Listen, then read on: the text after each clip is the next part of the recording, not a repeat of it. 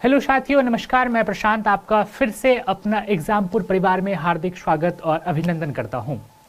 मित्र, कैसे हैं आप सभी लोग, मुझे ये बताएं। और सभी लोग, मैं आशा करता हूं कि अच्छे होंगे, स्वस्थ होंगे, मस्त होंगे। जैसे मैंने आपसे वादा किया था कि दोस्त, आपकी एक हम लोग जो थ्योरी जितनी है उसके एक वन शॉट वीडियो हम लोग बनाएंगे। तो उसी वन शॉट वीडियो की कुछ कड़ी जो मैं आज स्टार्ट करूंगा उसकी पहली कड़ी है। हो सकती है ये वीडियो आपकी जो ये थ्योरी वाली है, क्योंकि फिजिक्स की है, थ्योरी रिलेटेड प्रश्न आपके यहाँ से आते ही आते हैं, तो संभावित है चीज़ों को कि ये चीज़ें आपके आने ही हैं। और यहाँ से प्रश्न आपको, जैसे मैंने एमसीक्यू करवाया या प्रैक्टिस करवा रहा हूँ, या आप इस बात को भी देखते होंगे कि प्रीवियस ईयर के जो प्रश्न पूछे जा रहे हैं उसमें से बहुत ही ऐसे प्रश्न हैं जो ऑथेंटिक हैं, लेकिन क्या है, किसी न किसी लॉ से संबंधित है। चाहे वो नियम हमारे किरचॉफ्स के हो जाते हैं, कहीं ना कहीं बर्नौली के थ्योरम से होते हैं, कैपलर्स लॉ हो सकते हैं, चार्ल्स के नियम हो सकते हैं, फैराडे का नियम हो सकता है, ठीक है। या उसमें ऐसे बहुत सारे हैं जिसमें, जैसे आपको न्यूटन तो हम जान रहे हैं, लेकिन आपको पता है कि न्यूटन साहब ने हीट से संबंधित भी नियम दिए थे। तो इन आधारों पे हमें कहना है कि आज की जो पहली क्लास है वो हमारी इसी से संबंधित होगी, और फिर हमारी अगर बच जाती है तो एक दो क्लास और भी लेके हम लोग इस पर चर्चा करेंगे। तो चलिए, तो हम आगे अपना समय जाया नहीं करते हैं और बातों को देखते हैं कि क्या क्या चीजें हैं। तो पहले आपको मैं एक चीज और इन्फॉर्मेशन देना चाहता हूं कि आप लोगों में से अभी जिस भी लोगों ने, या इनमें आप में से जो भी लोग अभी तक आपने डाउनलोड नहीं किया है testwale.com को, तो आप जल्दी से जाएं अपने प्ले स्टोर में और वहां से आप testwale.com एप्लीकेशन को इंस्टॉल करें, जहां पे आपको फ्री में प्रैक्टिस के लिए बहुत सारा है। ऐसा नहीं है कि सिर्फ एक एग्जाम की तैयारी के लिए, यूपी कांस्टेबल हो जाए, लेखपाल हो जाए, यूपी पीसीएस जो 2022 है उसकी हो जाए, एमपी पीसीएस हो जाए, एमपीएसआई हो जाए, आपका एसएससी का सीएचएसएल हो, सीजीएल हो, एमटीएस हो, बिहार पुलिस हो, दरोगा हो, इनमें से बहुत सारे अधिकतर एग्जाम के आपको प्रश्न आप आराम से फ्री में जाके आप अपना क्या कर सकते हैं, मूल्यांकन कर सकते हैं दोस्तों, ठीक है।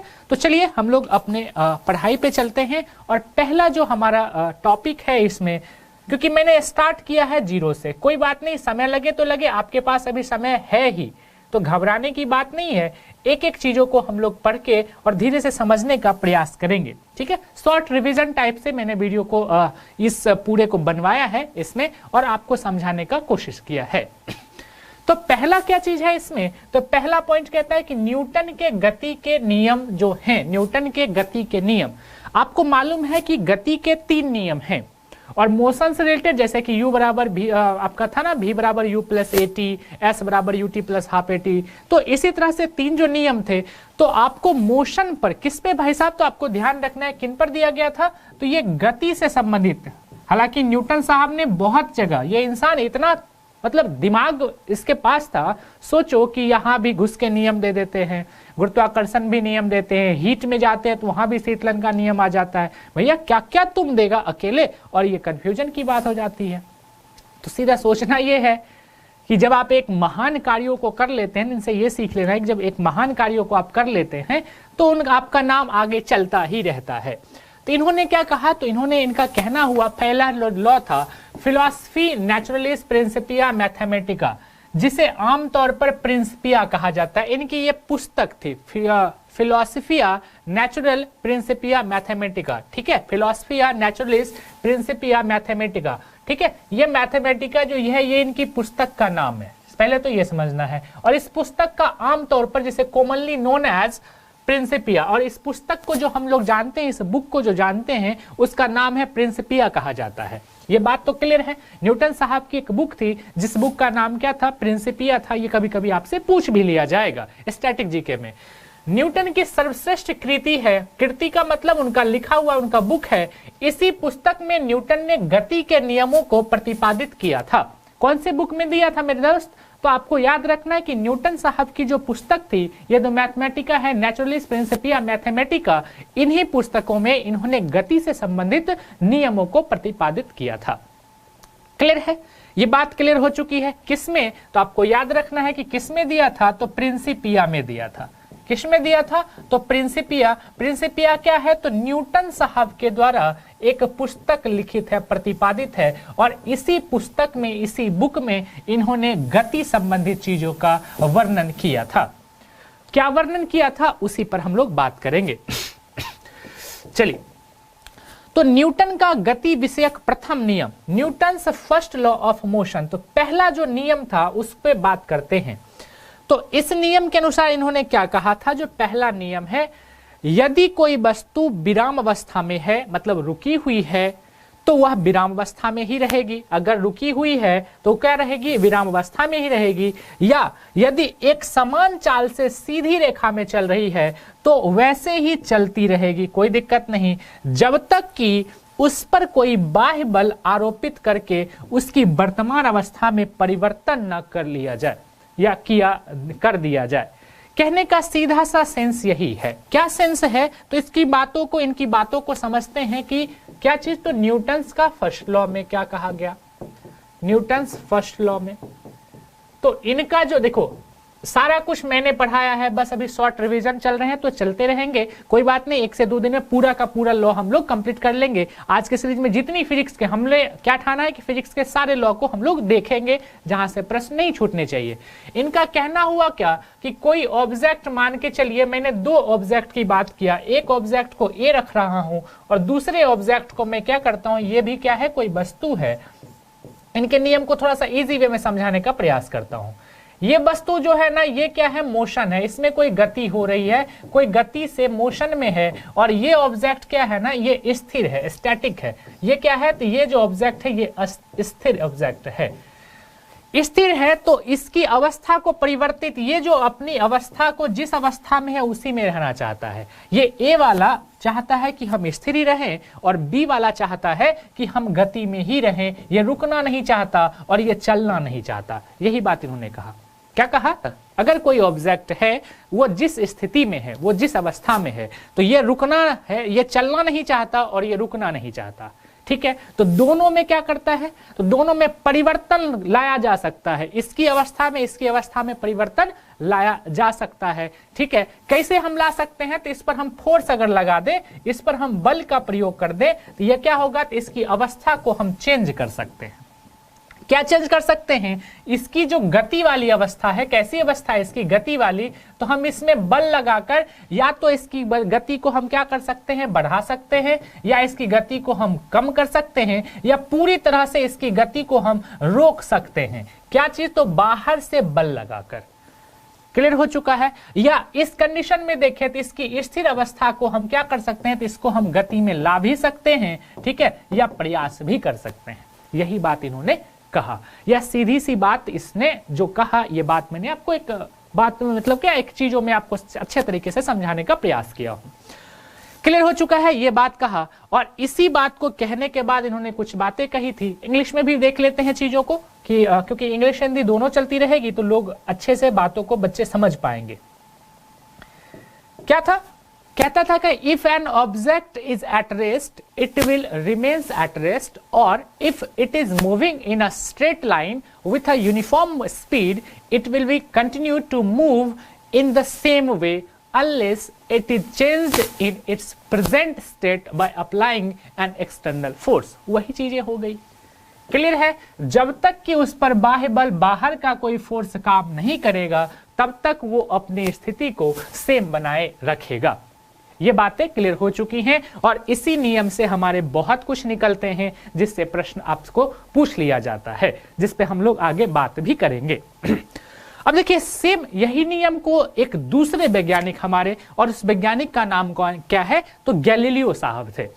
न्यूटन ने जो फर्स्ट लॉ दिया था, सेम चीजों को किसने? तो गैलीलियो साहब ने सेम चीजों को बताने का फिर से, और उसी को हम लोग इनर्शिया नाम दे दिए थे। क्या दिए थे? इनर्शिया। ठीक है, क्या चीज? तो this law is also called Galileo's law और लॉ ऑफ इनर्शिया।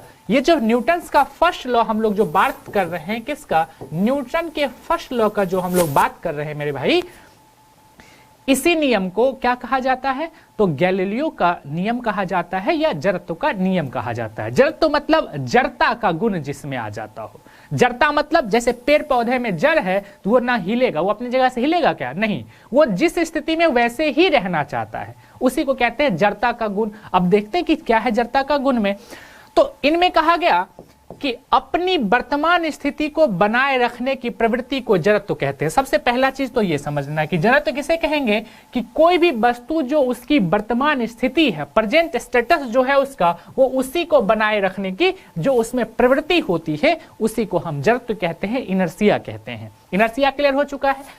अब क्या है कि दैनिक जीवन में हम जड़त्व के गुण का प्रत्यक्ष अनुभव कर सकते हैं, जैसे वाहन में अचानक ब्रेक लगने पर यात्री के आगे की ओर झुक जाना, कंबल को डंडे से पीटने पर धूल के कणों का निकलना। ये सारे क्या है हमारे, ये सारे हमारे न्यूटन्स के फर्स्ट लॉ और जड़त्व के नियम पर आधारित हैं।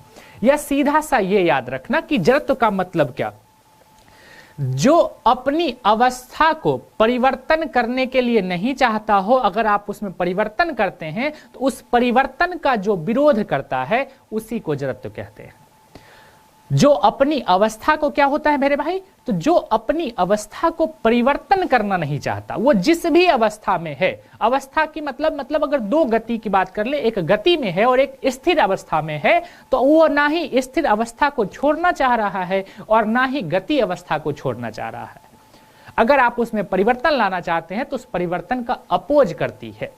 ठीक है, तो जो अपोज करने वाली जो गुण है ना, जो प्रॉपर्टीज है, जो फीचर्स है, उसी को हम इनर्शिया कहते हैं। और इसी को हम क्या कहते हैं, और इस बात को किसने बताया था, गैलीलियो साहब ने बताया था, इसलिए हम क्या कहते हैं, इसे लॉ ऑफ इनर्शिया भी कहते हैं। तो न्यूटन्स का जो फर्स्ट लॉ है वही हमारे गैलीलियो साहब के नियम से संबंधित है। यहां तक किसी को समस्या, कोई प्रॉब्लम नहीं होना चाहिए जी।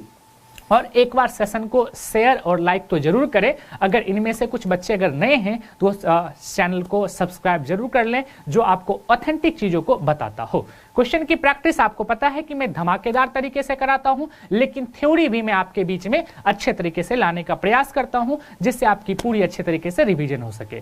ना मैं सिर्फ तेज बच्चों को, मैं उन बच्चों तक अपनी बातों को पहुंचाना चाहता हूं जो बच्चे कभी नहीं जानते, जिनको फिजिक्स से कोई मतलब नहीं था या इस नियम से, विज्ञान से संबंधित चीजों को नहीं पता, तो वो नोट भी करते मेरे साथ चले तो उनके लिए आज अच्छा होगा। ठीक है, आज क्या रोज ही अच्छा होता है क्या जी, रोज अच्छा होता है ना। चलिए पढ़ते हैं।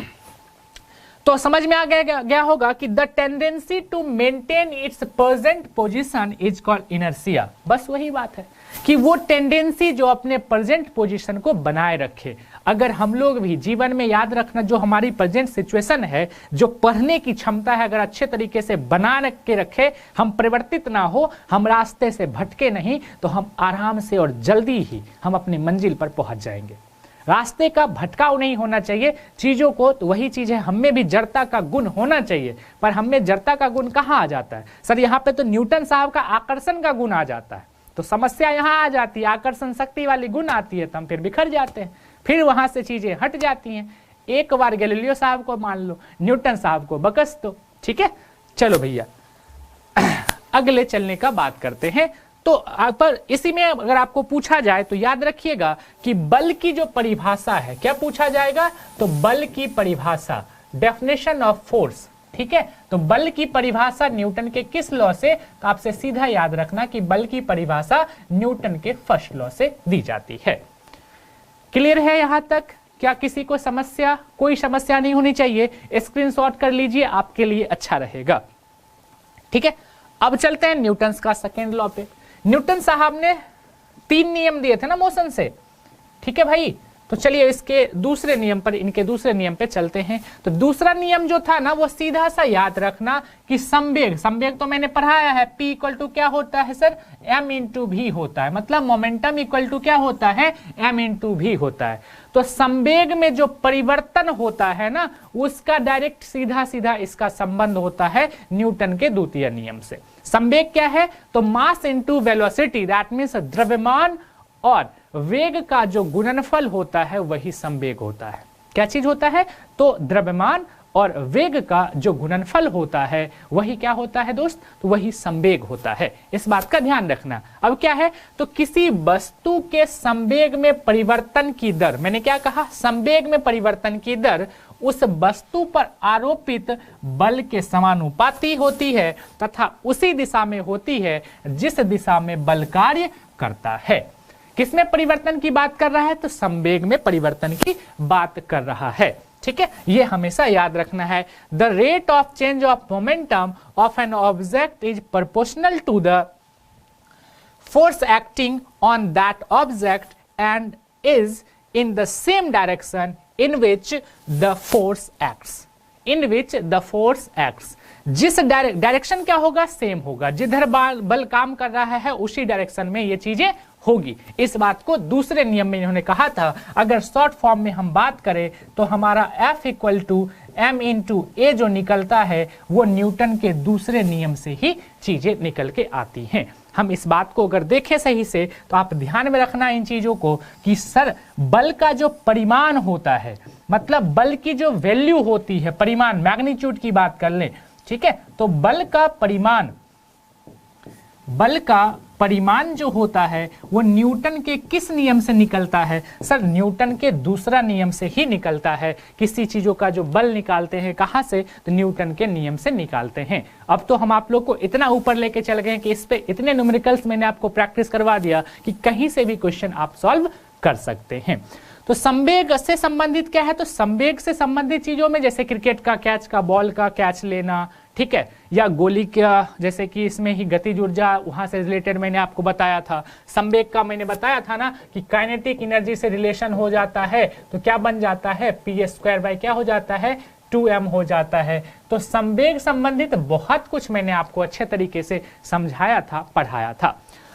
तो द्वितीय नियम हमें समझ में आ गया। ठीक है, चलते हैं हम लोग फिर तृतीय नियम पे। एक बार चीजों को देख लीजिए, स्क्रीनशॉट कर लीजिए, आपके लिए अच्छा होगा। ठीक है, जो नए बच्चे हैं उनके लिए तो बहुत अच्छा होगा। सेशन को शेयर जरूर कर दो, ठीक है, और आज साथ साथ जुड़े रहो। बहुत अच्छे अच्छे चीजों को मैं आपको आज बताने वाला हूं, अच्छे तरीके से चीजों को समझाने वाला हूं। देखना हो तो देख लो। इतनी सिर्फ क्या है?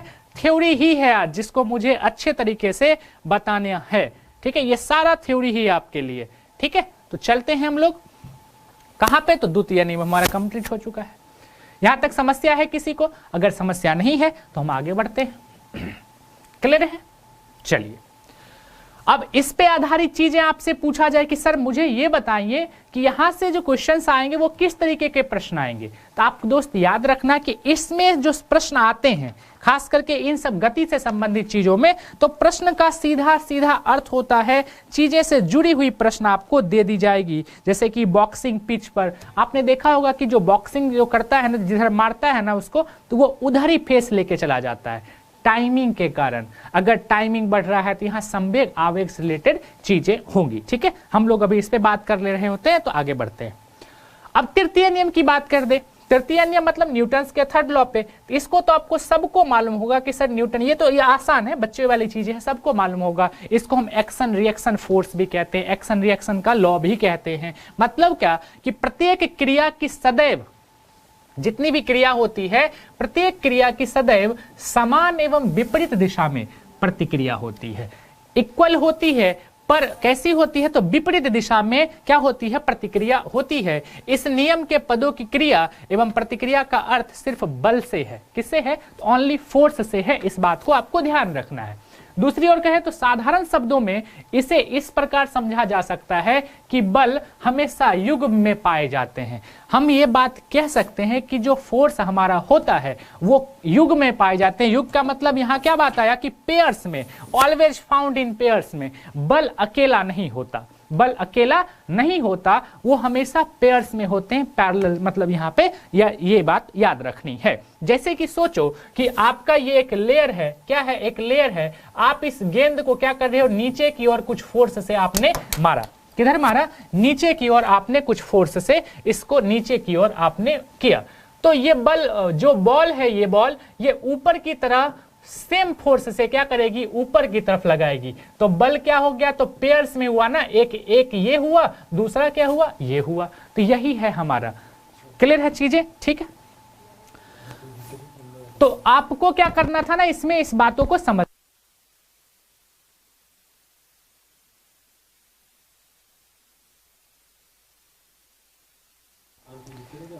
चलिए, तो यहां बात को समझना है। तो for every action there is always an equal and opposite reaction. मतलब क्या कि हमेशा एक्शन के लिए क्या होता है, इक्वल अपोजिट रिएक्शन होता है। ये मत समझना मेरे दोस्त कि सर आसान चीज है, तो आपको तो मालूम है, आप रोज मेरे साथ जुड़ रहे हैं। सर मैं आसान तो पढ़ाता ही हूँ, साथ में बेसिक चीजों को मैं छोड़ने की मतलब कोशिश नहीं करता कि आपकी बात अब कोई भी टॉपिक से आपका छूटे, इसलिए छोटी छोटी चीज को फिर से मैं रिवाइज करवा दे रहा हूँ। ठीक है, तो इस बात का याद रखना, इक्वल एंड अपोजिट रिएक्शन होता है। ठीक है, जैसे सोचो कि तुम अभी कितने शांत हो, बहुत शांत हो, एक थप्पड़ कोई मार दे तुम उसको बख्शोगे, दोबारा दूसरा थप्पड़ तुम भी लगा दोगे, क्योंकि अब तो गांधी जी का जुग रहा नहीं, तुम तो गांधी जी हो नहीं। क्लियर है चीजें? यहां तक समस्या नहीं होनी चाहिए। और ऐसे चीजें जैसे कि हम चल रहे हैं, हम जो चल रहे हैं वो किसका उदाहरण होगा, तो याद रखना न्यूटन्स का थर्ड लॉ का है। रॉकेट का उड़ना क्या है, तो न्यूटन का थर्ड लॉ का है। संवेग संरक्षण भी है, लेकिन न्यूटन्स का तीसरा नियम उसमें भी लागू होता है। यहां तक समस्या नहीं होनी चाहिए। तो न्यूटन से थर्ड लॉ, सिर्फ मैं एग्जांपल नहीं बताना चाह रहा, सिर्फ मैं आज लॉ पे चर्चा करता हुआ जा रहा हूं। जहां मुझे लगेगा कि इन्हें एग्जांपल जरूरी है तो मैं उस बात पर भी बात करूंगा। ठीक है, या जैसे कि अगर आपको लगता है कि एग्जाम्पल भी बताता चलो कोई दिक्कत नहीं। आप अगर ऊंचाई से नीचे की ओर कूदते हो ना, ठीक है, अगर सोचो कि ऊंचाई है, 4 महल की बिल्डिंग है, उस पर से आपने नीचे क्या किया, नीचे की ओर कूद गए आप। जब नीचे की ओर कूदोगे ना, अगर आपने राउंड कर दिया तो आपके पैर पे थोड़ा ज्यादा इफेक्ट नहीं पड़ेगा। अगर जहां कूदे वहीं रह गए तो आपके घुटने बाहर निकल जाएंगे, टूट जाएंगे, क्योंकि जितना फोर्स से आप आ रहे हैं वो पूरा घुटना पे काम कर जाता है, और घुटना क्या होती है, टूट जाती हैं। कारण क्या है, न्यूटन का। ठीक है, तो ये सारा चीज आपको याद रखने की आवश्यकता है, स्क्रीनशॉट लेते रहें। क्लियर? तो इससे संबंधित चीजों को मैं आपको समझाता हुआ आगे बढ़ रहा हूं। अगला पॉइंट हमारा क्या है कि ये बल एक ही समय में कार्यरत रहते हैं, इसमें किसी एक बल को क्रिया और दूसरे बल को प्रतिक्रिया कहा जाता है। अच्छी बात है। और दैनिक जीवन में न्यूटन के गति के तृतीय नियम का उदाहरण, जैसे बंदूक से गोली चलाते समय पीछे की ओर झटका लगना, सब बच्चा वाला चीज है, बिल्कुल जानते होंगे। रॉकेट का ऊपर उठना बिल्कुल सही है। प्रकाश की गति के समतुल्य गति करने वाले कणों के संदर्भ में न्यूटन के गति विषयक नियम प्रभावी नहीं होते हैं। याद रखना कि किसमें प्रभावी नहीं होते हैं, तो ये मेन पॉइंट था। कि सारा कुछ तो जानते होंगे सर, एक पॉइंट यहाँ पे नया है जिस पॉइंट को समझना है कि प्रकाश की गति के समतुल्य गति करने वाले कणों के संदर्भ में न्यूटन के गति विषयक नियम प्रभावी नहीं होते हैं। यही पॉइंट हमको, इसलिए सारा चीज तो आपको आता ही होगा, परंतु जो चीजें बच जाती हैं उसको हमेशा एक हम कहते हैं ना कि एक्सेप्शनल वाली, तो ये चीज आपको सीखने को मिलेगा कि न्यूटन का तीसरा लॉ कहाँ काम नहीं करता, कहाँ काम करता है। इस बात को तो सबने पढ़ाया होगा, आप सभी लोग पढ़े होंगे बचपन से, लेकिन कहाँ वर्क नहीं करता, तो समझ लीजिएगा कि Newton's law of motion do not apply two particles moving at the speed of light. मतलब कि अगर कण प्रकाश की चाल से चल रहा हो, कोई पार्टिकल्स, कोई पदार्थ, कोई सब्सटेंस, जो छोटे छोटे कण हैं, अगर वो स्पीड ऑफ लाइट की जो स्पीड है, स्पीड ऑफ लाइट कितनी होती है, आप सबको मालूम होगा कि सर प्रकाश की जो चाल होती है, प्रकाश की जो चाल होती है मेरे दोस्त, वो होती है 3 × 10⁸ मीटर पर सेकेंड। अगर किसी पार्टिकल की चाल इतनी हो जाती है तो उसमें ये काम नहीं करता है। ये बात याद रखिएगा कि प्रकाश की चाल से चलने वाले पार्टिकल्स में, ठीक है, कौन सा लॉ, तो न्यूटन्स का तीसरा नियम वर्क नहीं करता है, एक्शन रिएक्शन का यहाँ पे कार्य नहीं हो पाता है।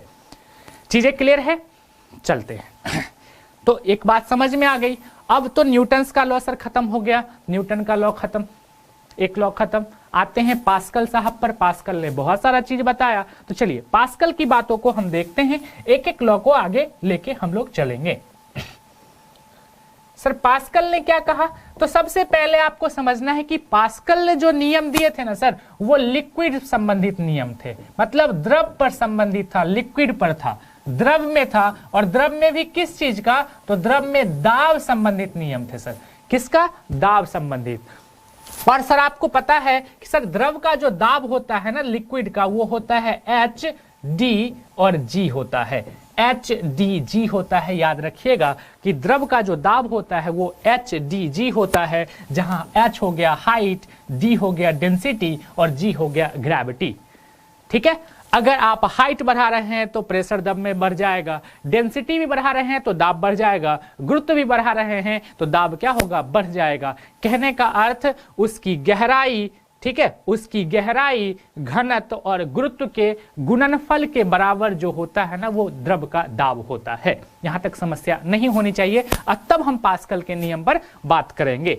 ठीक है, पहले द्रव की दाब जो है ये आपको समझ लेना है कि द्रव का जो दाब होता है, हमने क्या कहा, द्रव में जो दाब होता है वो क्या होता है मेरे सब दोस्त, याद रखना कि H और D G के बराबर होता है। वेर, जहां नोट करते चलिएगा, H जो होती है गहराई होती है, H क्या होती है, गहराई होती है। D जो होती है वो डेंसिटी होती है, D मतलब डेंसिटी अर्थात घनत्व होती है। जितना ज्यादा घनत्व होगा उतना ज्यादा दाब होगा। और G क्या है, तो G क्या होती है, ग्रेविटी होती है। G क्या होती है, ग्रेविटी होती है, मतलब गुरुत्वीय त्वरण होती है, गुरुत्वीय त्वरण होती है। यहां तक तो समस्या नहीं होना चाहिए। ठीक है, तो इस बात पर थोड़ा सा द्रव की दाब जब भी होती इस बात को याद रखिएगा, और इसी पे हम लोग आगे बढ़ते हैं। तो पास्कल ने दो नियम दिए थे। पहला क्या कि पास्कल के अनुसार यदि द्रव में स्थित सभी बिंदु एक ही ऊंचाई पर स्थित हो तो स्थिर अवस्था में सभी बिंदु पर लगने वाला दाब समान होगा। स्थिर अवस्था में क्या हो कि लगने वाला द्रव क्या होगा, दाब हर जगह समान होगा। इसका कहने का क्या अर्थ आया, मैं बातों को समझाने का प्रयास करता हूं फिगर के हेल्प से। सोचिए आप यहाँ पे कि क्या है, ये एक हमारा कंटेनर है, ये क्या है, कंटेनर है, और इस कंटेनर में क्या है, इस कंटेनर में लिक्विड भरा हुआ है, लिक्विड भरा हुआ है, और इस कंटेनर में लेयर बना दिया जाता है। सोचो कि एक लेयर यहाँ पर है, ठीक है, एक लेयर द्रव का यहाँ पर है और एक लेयर हम यहाँ पे बात कर लेते हैं। मतलब अगर हम उसको ऊपर से नीचे की ओर गहराई में मापे, थोड़ा सा समझने का प्रयास कीजिएगा। आज थोड़ा सा समझाने के मूड में हूं, थोड़ा समझने का प्रयास कीजिएगा। अगर ये लेयर की ऊंचाई 2 मीटर है, यहाँ पे 4 मीटर हो जा रही है, यहाँ पे 6 मीटर हो जा रही है, तो इस लाइन पर जो होगा, और द्रव कैसी है, तो स्थिति इसका याद रखना कि स्थिर अवस्था में रुकी हुई है, ये द्रव मूव नहीं कर रही है, स्थिर अवस्था में है। ठीक है, अवस्था कैसी है इसकी, तो स्थिर अवस्था में है, स्थिर अवस्था में ये द्रव है। तो यहाँ पर एक बिंदु की बात कर ले कि यहाँ का जो दाब होगा इस पूरे क्षैतिज अवस्था में एक बिंदु पर, ये हर जगह दबाव यहाँ वाला लेयर में समान होगा, यहाँ वाले में यहाँ समान होगा और यहाँ वाले में यहाँ समान होगा। लेकिन ये वाला यहाँ का जितना दाब होगा जरूरी नहीं है कि यहाँ होगा, और जरूरी नहीं है यहाँ होगा। तो पहली बात तो क्लियर हो गया, क्योंकि हाइट बढ़ रही है तो दबाव भी क्या होंगे, बढ़ेंगे। हाइट, गहराई बढ़ने से दाब बढ़ती है, गहराई बढ़ने से दाब क्या, क्योंकि H बढ़ेगी, समानुपाती का रिलेशन दाब में है ना, तो H बढ़ेगी। सोचिए कि जितना नीचे, अगर आप यहाँ तैर रहे होते हैं तो आपके सर पे यहाँ से यहाँ तक द्रव का वजन होता है, इतना वेट होता है, लेकिन जब आप यहाँ तैर रहे होते हैं तो इतना और भी पानी का वेट क्या होता है, बढ़ जाता है ना। पानी का वेट क्या होता है, इतना और ज्यादा आपका बढ़ जाता है। अगर आप तली में चले जाते हैं तो इतना पानी का वेट आएगा ना मेरे भाई, इतना पानी का वेट आएगा ना, तो जितना गहराई में हम जाते जाएंगे दाब उतना बढ़ता जाएगा, और जितना हम इससे ऊपर की ओर चलेंगे दाब क्या होगा, घटता चला जाएगा। समस्या नहीं होनी चाहिए। यहां तक अर्थ समझ में आ गया। तो पहला जो कहा इन्होंने, तो ये बात तो क्लियर हो चुकी है सर, बिल्कुल हो चुकी है, तो हमने इस बात को समझ लिया। ठीक है, according to the Pascal, if all the points in a liquid are at same height, height क्या होनी चाहिए, सेम। इसलिए मैंने यहाँ पे क्या किया कि लेयर बनाया जहां हाइट क्या है, 2 मीटर, 4 मीटर, 6 मीटर, सबकी हाइट मैंने अलग अलग। 4 मीटर पे यहां से यहां तक हर जगह हर कण का दाब एक समान, 6 मीटर में यहां से यहां तक का हर का दाब एक समान, और यहां पर दाब क्या होगा, समान होगा। क्लियर। दूसरा बात, पहला पॉइंट इन्होंने जो कहा वो क्लियर हो चुका है। दूसरी बात इन्होंने जो कहा उस पर हम बात करते हैं। दूसरी बात इन्होंने क्या कहा, दूसरी कहा कि पास्कल के दूसरे कथन के अनुसार यदि किसी बंद बर्तन में द्रव पर कोई बाह्य बल लगाया जाता है, बाहर से कोई बल लगाया जाता है, तो द्रव आरोपित बल को सभी दिशाओं में समान रूप से वितरित कर देता है। समान रूप से क्या करता है, वितरित कर देता है। देखिए ऐसे नहीं समझ में आएगा, इसको फिगर के हेल्प से बताऊंगा तो आप अच्छे से समझिएगा।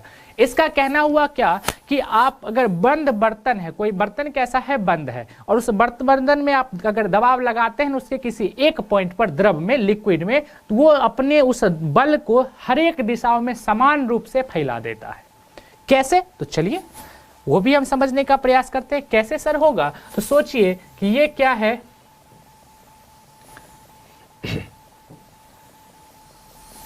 ये एक बर्तन है, ये क्या है, बर्तन है, और बर्तन कैसा है, तो बंद बर्तन है सर। कैसा बर्तन है, तो ये बंद है सर, ये बर्तन क्या है, बंद है, ठीक है।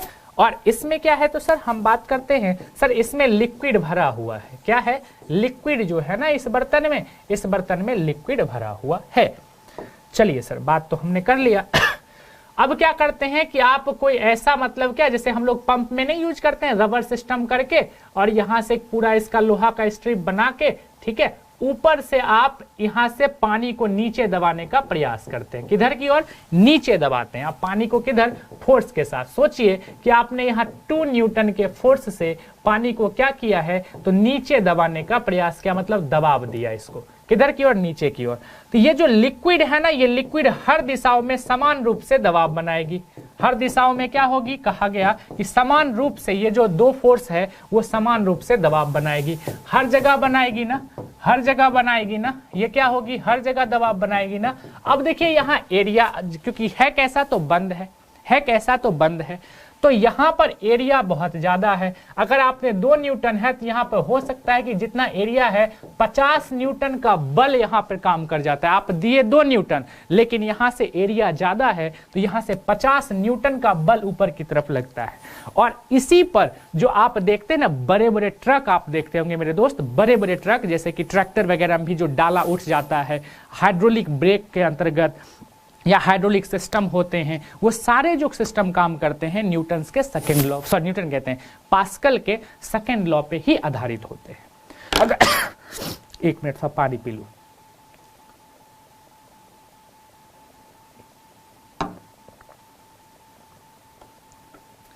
बात समझ में आया? तो पास्कल के दूसरे नियम पर ही क्या होते हैं, आधारित होते हैं। जैसे कि आपने हाइवा का नाम सुना होगा, जो बड़े बड़े ट्रक होते हैं कैसे उठते हैं, छोटा सा सिर्फ बेचारा वो प्रेशर लगाता है और उतना ज्यादा क्या होता है, उठ जाता है, वेट उठ जाता है। इसका कारण क्या है, तो पास्कल के ही नियम होते हैं, और ये पास्कल से नियम से ही संबंधित होते हैं, और इसके हम लोग दैनिक जीवन में बहुत ही उदाहरण देखने को हमें मिलता है। और ऐसे उदाहरण बहुत सारे हैं जो हमारे दैनिक जीवन में देखने को मिलता है। कोई समस्या नहीं होनी चाहिए यहां तक। चलिए, तो दोनों बात हमने समझ लिया, कहां पे क्या चीजें होनी चाहिए, दोनों बात हमारा क्लियर हो चुका है। पास्कल्स के लॉ भी समझ में आ गए। सर अब अगला देखते हैं क्या है। तो पास्कल के नियम पर क्या क्या चीजें आधारित होती हैं, जो प्रश्न में आपको डायरेक्ट ही यहीं से देखने को मिलेंगे, डायरेक्ट यही सब उठ के प्रश्न में सीधा आएगा। आप क्वेश्चन देखिएगा। तो हाइड्रोलिक मशीन सर बिल्कुल, हाइड्रोलिक ब्रेक सर बिल्कुल। मैं इसमें और चीज जोड़ देता हूं, तो याद रखिए इसमें कि हाइड्रोलिक प्रेस आ गया है। हाइड्रोलिक क्या आ गया है, प्रेस, ठीक है, प्रेस जो हमारा है ना वो, ठीक है। या आप जो दरवाजा देखते होंगे वो हाइड्रोलिक दरवाजा आ चुका है। देखते हैं ना शीशा उषा वाला गेट, या मॉल में जाते हैं किसी ऑफिस में, गेट खोल देते हैं और अपने आप ही गेट क्या होता है, धीरे धीरे बंद हो जाता है। किस पे आधारित है, इसी पर होता है। आपने लिफ्ट यूज किया होगा, तो वो लिफ्ट भी आजकल क्या आ चुका है, तो लिफ्ट भी मेरे साथी याद रखिएगा कि वो सब भी हाइड्रोलिक ब्रेक से ही रिलेटेड आ चुके हैं। क्या सभी दोस्तों को समझ में आ रहा है? बिल्कुल। आज मैं किसी का कमेंट नहीं ले रहा हूं, सिर्फ बताने पे कोशिश कर रहा हूं। एमसीक्यू लूंगा तो करंट भी लूंगा, कमेंट भी लूंगा आपके। तो ये बात हमारा लगता है कि आप लोगों को समझ में आ गया होगा, ठीक है। तो द्रव संबंधित आ जाए पास्कल हो जाएंगे, और हाइड्रोलिक संबंधित जब भी चीजें आ जाए तो आपको पास्कल साहब को याद रखना है, ठीक है। 4 हो चुके हैं, न्यूटन्स के 3 और पास्कल के 2, 3 2 5 लॉ हमारे कंप्लीट हो चुके हैं। अगले में चलते हैं आर्किमिडीज साहब का। तो आर्किमिडीज साहब के नियम से संबंधित चीजों को पहुंचने से पहले एक पॉइंट पहले समझ लेते हैं, फिर आगे की ओर बढ़ेंगे। और ये भी आर्किमिडीज साहब भी क्या है, तो एक बल से रिलेटेड है।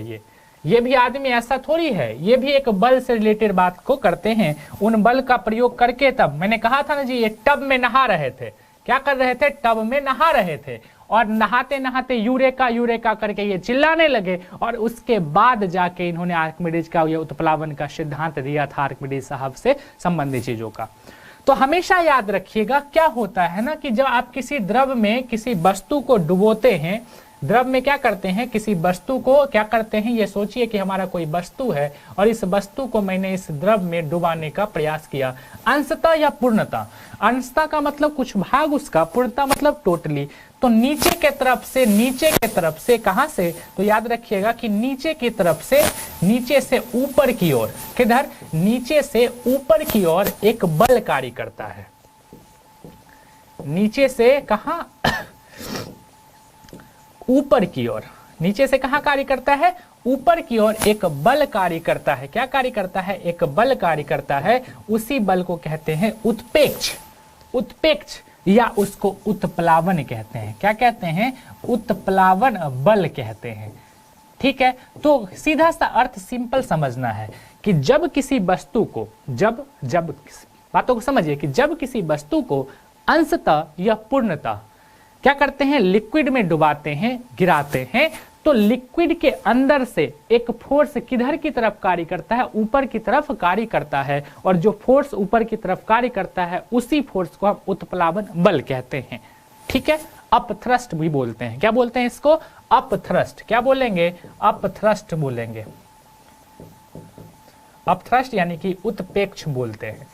क्या यहां तक समझ में आ गया कि सर अपथ्रस्ट किसे कहते हैं, तो पानी के अंदर से आपको जो उठाने का प्रयास किया जाता है। ठीक है, और ये किसके कारण होता है, तो सर लिक्विड भी तो छोटे छोटे अणुओं से बने होते हैं ना, लिक्विड भी, कोई भी पानी है, पानी की बूंद है सोच लीजिए, तो ये भी तो H2O और हाइड्रोजन से, क्या है, ऑक्सीजन हाइड्रोजन से बना हुआ है ना। सोचिए कि ये एक प्रकार से जाल है। क्या है, जाल है। क्या है, जाल है। खटिया वगैरह देखते रहिए, मछली पकड़ने वाला जाल, तो आप इसमें डालिएगा तो ये टूटना नहीं चाहेगा, सोचेगा कि उसको आपको उठा ले, लेकिन आपका वेट ज्यादा है इसलिए धीरे धीरे वो अंदर जाने दे देता है। ठीक है, तो किसके कारण ऐसा करता है, ऊपर फेंकता है, तो इसी जाल के कारण ऐसा करता है। अब इसी पर संबंधित है आर्किमिडीज साहब का नियम। चलिए, इन्होंने क्या कहा था इस बात को समझते हैं। इनके अनुसार था कि जब किसी वस्तु को द्रव में पूर्णतः या आंशिक रूप से, बात समझे, पूर्णतः पूरी तरह से डुबा दिया जाए या आंशिक रूप से कुछ भाग उसके डुबो दिया जाए, तो उसके भार में आभासी कमी आ जाती है। मतलब क्या, बात वही हो गया ना फिर, जैसे चंद्रमा पे जाते हैं तो हमारी भार में कमी आती है, या लिफ्ट से उतरते समय अगर एक एक्सेलरेशन हो तो भार में क्या होती है, कमी महसूस होती है। तो उसी तरह इसमें क्या होता है कि पानी के अंदर में भार में कमी आ जाती है, और वस्तु के भार में यह कमी वस्तु द्वारा हटाए गए द्रव के भार के बराबर होती है। मतलब कि उस वस्तु का जो भार, मान के चलिए कि अगर वो वस्तु 10 kg का है तो नीचे में उसका महसूस हो रहा होगा अगर 8 kg, मतलब 2 kg भार में क्या हुआ, कमी हुआ। ये जो 2 kg कमी है ना, वो 2 kg जितना वो पानी हटाया होगा उतना ही उस वस्तु के भार में कमी होगी। नहीं समझ में आया, चलिए फिगर्स के माध्यम से समझने की कोशिश करते हैं। इसको ऐसे समझिए, ये कोई मतलब पानी है, कंटेनर में रखा हुआ है, इसमें पानी भरा हुआ है। पानी क्या है, भरा हुआ। ये क्या है, पानी है। बातों को समझिएगा, फिर याद ही हो जाएंगे, टेंशन नहीं लेना है। हमने क्या किया कि एक मतलब क्या ऑब्जेक्ट लिया, ठीक है, और इस ऑब्जेक्ट का वजन था, मान के चलते हैं हम लोग कि 10 kg इस ऑब्जेक्ट का वजन था। इस ऑब्जेक्ट को हमने क्या किया, मतलब इस वस्तु को हमने इस पानी में गिरा दिया। ये कहाँ आ गया, तो ये नीचे आ गया। कहाँ आ गया, नीचे, मतलब पूरी तरह से हमने गिरा दिया। जब ये गिराया तो ये सोचो पानी पहले पूरा फुल था, पानी ग्लास में क्या था, पूरा फुल था। ग्लास में ये जो पानी है इस कंटेनर में, ये जो ग्लास है पूरा फुल था। जब इसको हम गिरा रहे थे तो इससे कुछ पानी तो छलक के बाहर गिर जाएगा। ये क्या है, तो छलकेगा ना पानी। जब आप भरा हुआ चीज में कोई वस्तु डाल रहे हैं तो पानी क्या होगा, छलक के बाहर निकलेगा। मतलब क्या कि ये बाहर निकला हुआ पानी है। ये क्या है, तो बाहर निकला हुआ पानी है।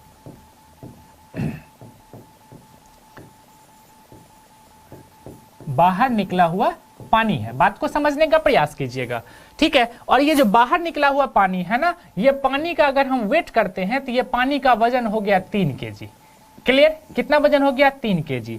और इस अंदर की बात कर ले तो आप कहिएगा सर वस्तु का वजन अंदर में कितना कम महसूस होगा, तो टोटल कितना वजन था सर 10 केजी था, ठीक है। और कितना पानी बाहर निकाला सर 3 केजी निकाला, तो अंदर में वस्तु का वजन ओरिजिनल कितना होगा, तो 7 केजी ही होगा। बात समझे, यही है आर्किमिडीज का सिद्धांत।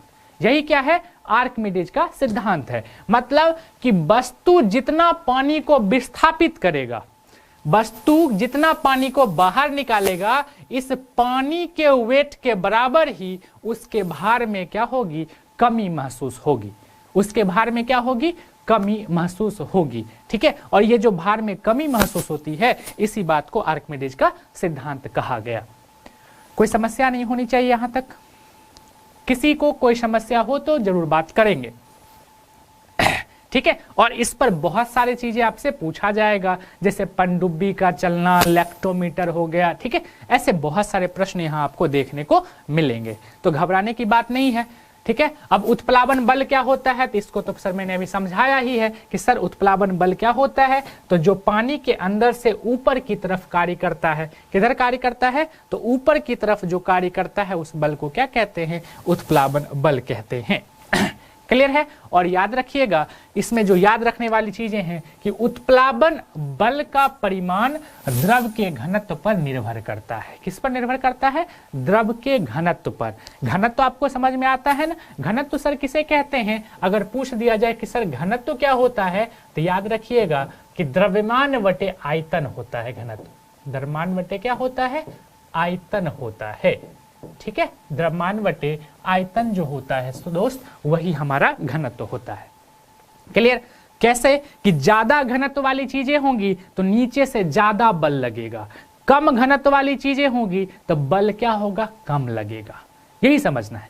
ज्यादा घनत्व की चीजें होगी, नीचे से क्या करेगा, ज्यादा उसको ऊपर उठाएगा। और यहां से संबंधित क्या प्रश्न पूछेंगे, नहीं कहता है ना नाव वाला कि पानी वाला नाव, मतलब नाव जो है ना वो नदी में है, तो नदी से चला गया समुद्र में, तो समुद्र में क्या होते हैं, समुद्र में नाव उठ जाएंगे। क्यों, क्योंकि समुद्र में क्या है, लवण है, नमक है, तो उसमें घनत्व ज्यादा है। और जबकि यहाँ पे नदी वाले में घनत्व क्या है, कम है, क्योंकि लवण उसमें नहीं है। या आपसे ऐसे प्रश्न पूछ ले कि नदी में तैरना आसान है या समुद्र में, तो आप जवाब दीजिएगा कि समुद्र में तैरना आसान होगा, नदी में नहीं होगा, क्योंकि नदी में आप डूब जाइएगा, समुद्र में आप जल्दी नहीं डूबिएगा। कारण क्या है कि समुद्र में क्या है, तो घनत्व ज्यादा है, वो आपको उठाने का प्रयास करेंगे, जबकि नदी में क्या है, सीधा अंदर डाल देगा।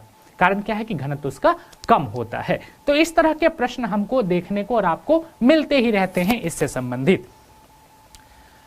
पलवन का नियम क्या है, तो अभी जस्ट हम लोग ने बात किया था, पलवन का नियम में बात कर लेते हैं। तो यही से संबंधित है फ्लोटिंग का, रूल ऑफ फ्लोटेशन का क्या है कि तैरने वाली वस्तु यदि संतुलन की अवस्था में है तो वह अपने भार के बराबर द्रव को विस्थापित करती है। अगर मान के चलिए, अगर इसी प्रश्न पे हम लोग बात करें कि हमने क्या कहा था, सोचिए कि इसका वजन कितना है, 10 केजी है। अगर पानी का भी 10 केजी के बराबर, इस अपने वेट के बराबर चीजों को हटा देता तो ये क्या होता, तैरते ही रहता। बस यही है फ्लोटिंग का रूल कि कोई भी वस्तु पानी में कब तैरेगा, तो वो अपने जो वेट है उसके बराबर अगर पानी को बाहर निकाल देता है तो वस्तु क्या होगा, तैरने लगेगा।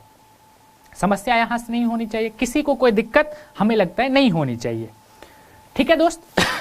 चलिए, तो यही बात इसमें कहा गया था कि फ्लोटिंग का रूल क्या है, तो यही आपको समझना है। अब क्या चीज है, if a floating object in equilibrium it displaces a fluid equal to its own weight, उसका जितना वेट है उसके बराबर अगर उसको क्या करता है, फ्लूइड को या तरल को बाहर डिस्प्लेस करता है, विस्थापित करता है, तो वस्तु क्या होती हैं, तैरने लगती हैं। यहां तक समस्या मुझे लगता है नहीं होना चाहिए किसी भी बच्चे को। दूसरी बात यहाँ पे और एक चीजें हैं, इसको भी पढ़ने का प्रयास करते हैं, खत्म करते हैं। सभी लोग स्क्रीनशॉट जरूर ले लीजिएगा और समझने का बिल्कुल प्रयास कीजिएगा कि थ्योरी आज जीरो से एकदम जीरो लेवल से मैं आपको एक एक थ्योरी ही सिर्फ करवा रहा हूं और पूरा मिक्स है। ठोस का गुरुत्व केंद्र तथा हटाए गए द्रव का गुरुत्व केंद्र दोनों एक ही ऊर्ध्वाधर रेखा में होनी चाहिए। क्या चीज, एक तो एक होना चाहिए, क्या चीज, तो पहला तो मैंने कहा कि भार के बराबर द्रव हटेगा। दूसरा बात कि the centre of gravity, centre of gravity क्या होता है, जहां वस्तु का समस्त भार कार्य करता है वो सेंटर ऑफ ग्रेविटी होता है। इस पेन का समस्त भार कहां, तो इसके बीच में आप रखिएगा तो ये रुक जाएंगे, लेकिन आप यहां रखिएगा तो ये गिर जाएगी, यहां रखिएगा तो गिर जाएगी। मतलब जहां इसका समस्त भार कार्य करता है उसको सेंटर ऑफ ग्रेविटी कहते हैं, ठीक है। और द्रव का गुरुत्व केंद्र दोनों कैसे, तो एक ही ऊर्ध्वाधर रेखा में होनी चाहिए तभी होगा। तो घनत्व का तो ये सब चीजें आपको क्लियर है। अब एक चीज और है, इसको भी पढ़ लेते हैं, ये आपके लिए थोड़ी सी नई हो सकती है और इस तरह के प्रश्न हम नहीं चाहते हैं कि कोई भी प्रश्न आपसे छूटे, ठीक है। क्या है, कहता है कि अविरतता का सिद्धांत, मतलब principle of continuity. Principle of continuity क्या होता है, यदि कोई आदर्श द्रव, एक बच्चे ने मुझे कल प्रश्न कहा था सर आदर्श क्या होता है, आदर्श द्रव क्या होता है, तो आदर्श द्रव से आशय ऐसे द्रव से है जो असंपीड्य तथा अश्यान हो, मतलब असंपीड्य तथा क्या हो, अश्यान हो। श्यानता आपको पढ़ाया था ना, घर्षणहीन हो, उसमें कोई भी श्यानता ना हो। अश्यान का मतलब कोई भी श्यानता ना हो, क्लियर है।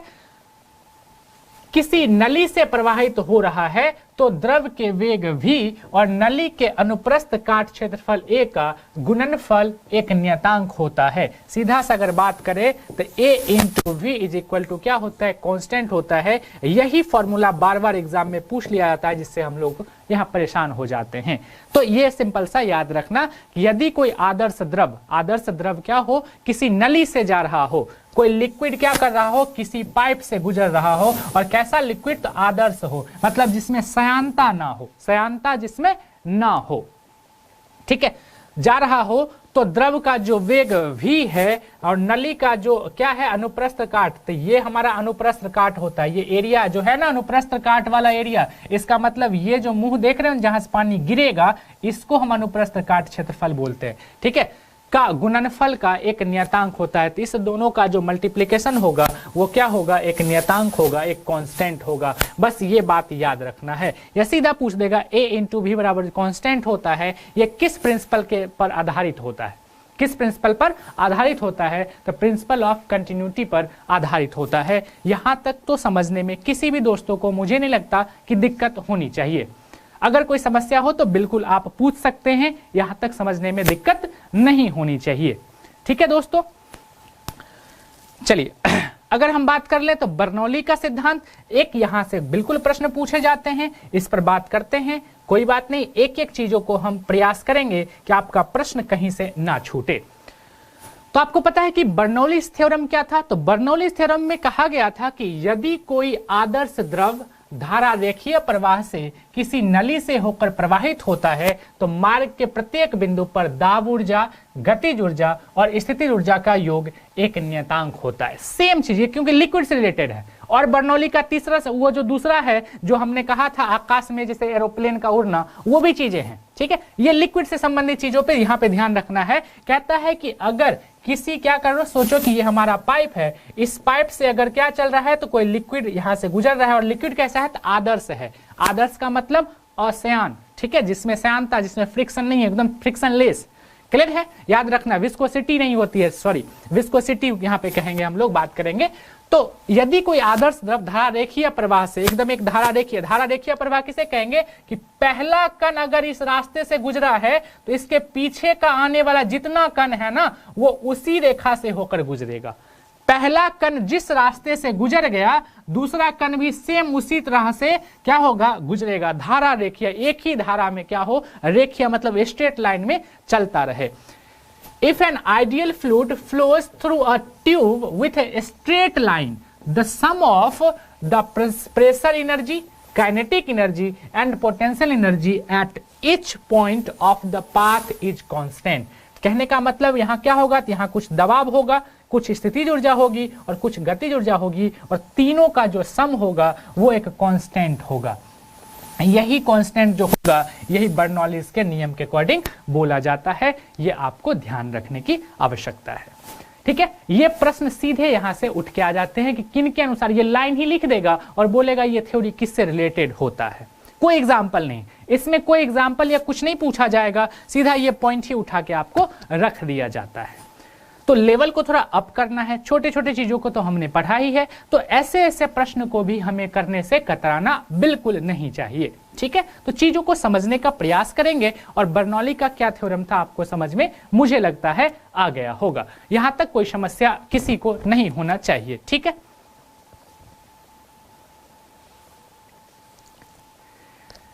चलिए दोस्तों, यहां तक तो चीजें हमने कर लिया और आप लोग भी अच्छे से इसको नोट कर लीजिएगा, नोट करते ही चलिएगा तो आपके लिए अच्छा होगा। बर्नौली के बहुत सारे एग्जाम्पल हैं और कुछ इसमें देखते हैं हमारे जीवन में कैसे कैसे चीजों का एग्जाम्पल है जिसको हम लोग पता ही नहीं चलता, लेकिन हम लोग डे टू डे लाइफ में रोज उसको यूज करते हैं। और यही तो फिजिक्स कहता है कि सर आप जो यूज करते हैं वो किस नियम से हो रहा है वो मुझे बता दो। बस उस नियम को आप बता दीजिए, चीजें क्लियर हो जाती हैं। जैसे कि बर्नौली प्रमेय का दैनिक जीवन में उदाहरण, तो पहला, तो जब प्लेटफॉर्म पर ट्रेन पहुंचती है तो प्लेटफॉर्म के किनारे पड़े पत्ते अथवा अन्य कागज के टुकड़े आदि उड़ने लगते हैं। बात सही है, ट्रेन जब आती है तो छोटे छोटे पत्ते होते हैं या कागज होते हैं, वो क्या होते हैं, सब टुकड़े उड़ने लगते हैं। ऐसा होने की वजह यह है कि जब ट्रेन प्लेटफॉर्म पर आती है तो वस्तु और गाड़ी के बीच दाब कम हो जाता है। किसके बीच? वस्तु और गाड़ी के बीच दाब कम हो जाता है, जिससे वस्तुएं गाड़ी की ओर खिंचाव महसूस करती हैं। क्या करती हैं? खिंचाव महसूस करती हैं। जैसे आपको मैंने एग्जाम्पल में बताया था, एक तरह से सोच लीजिए, जैसे चक्रवात के लिए, चक्रवात में क्या था, LP था और बाहर क्या था, HP था। ठीक है, दो बात, चक्रवात प्रति चक्रवात की बात। और हमेशा आपको पता है चाहे हीट हो, बिजली का विद्युत धारा हो या प्रेशर हो, हमेशा उच्च से किधर की ओर चलती है, निम्न की ओर चलती है, हाई टू लो की ओर चलती है। तो वहां भी प्रेशर से रिलेटेड बातें हो गई है। ऐसा इसलिए क्योंकि जब ट्रेन आती है, पेड़ पत्ते जो भी पेपर वगैरह होते हैं, क्यों ऐसा होता है? ऐसा होने का कारण यही है कि प्लेटफॉर्म पर आते ही वस्तु और गाड़ी के बीच दाब क्या हो जाता है, कम हो जाता है और वस्तुएं गाड़ी की ओर खिंचाव महसूस करने लगती हैं। ठीक है, तूफान के समय छत से टीन का उड़ जाना, कभी तूफान उफान आता है तो टीन का जो घर होता है, ठीक है, या जो घास पत्ते के बने हुए घर होते हैं, मोरका वगैरह जिसे हम कहते हैं, ठीक है, हम लोग तो अपनी भाषा में, पता नहीं आप लोग क्या क्या कहते होंगे, सभी लोग कहते हैं गाँव में, वो क्या होते हैं, उड़ जाना। ठीक है, बहुत जोर से तूफान आया तो उसमें किसका है, तो बर्नौली का सिद्धांत है। इस बात का याद रखिएगा। या एरोप्लेन का उड़ना किस रिलेटेड है, तो बर्नौली के सिद्धांत से रिलेटेड है। इन बातों को आपको ध्यान रखना है। बाकी की चीजें और भी बहुत सारा है जिसे हम लोग फिर अगले दिन कर लेंगे। अभी हमारे पास इतना ही समय है, कोई बात नहीं, लेकिन एक एक बात क्या करना है, आपको रिवीजन करना है, अच्छे पॉइंट से करने हैं। और सेशन को थोड़ा सा लाइक, शेयर और सब्सक्राइब जरूर कर दें अगर आप इस पर नए हैं। ठीक है, और सेशन को शेयर कर दें। बस आपको इसके बदले में यही कहता हूं, चीजों को अच्छे से समझिए। भगवान करे अच्छी से और अच्छी नौकरी आपको जल्द से जल्द मिल जाए। ठीक है, लेकिन मेहनत करने से कभी पीछे नहीं हटिएगा। मेहनत करने से हटिएगा तो फिर आपका ही नुकसान होगा। ठीक है दोस्त, तो हम इन सारी बातों पर फिर अगले दिन हम डिस्कस करेंगे, अगली कड़ी में चलेंगे। तब तक के लिए धन्यवाद। ठीक है, चलिए, ओके, बाय।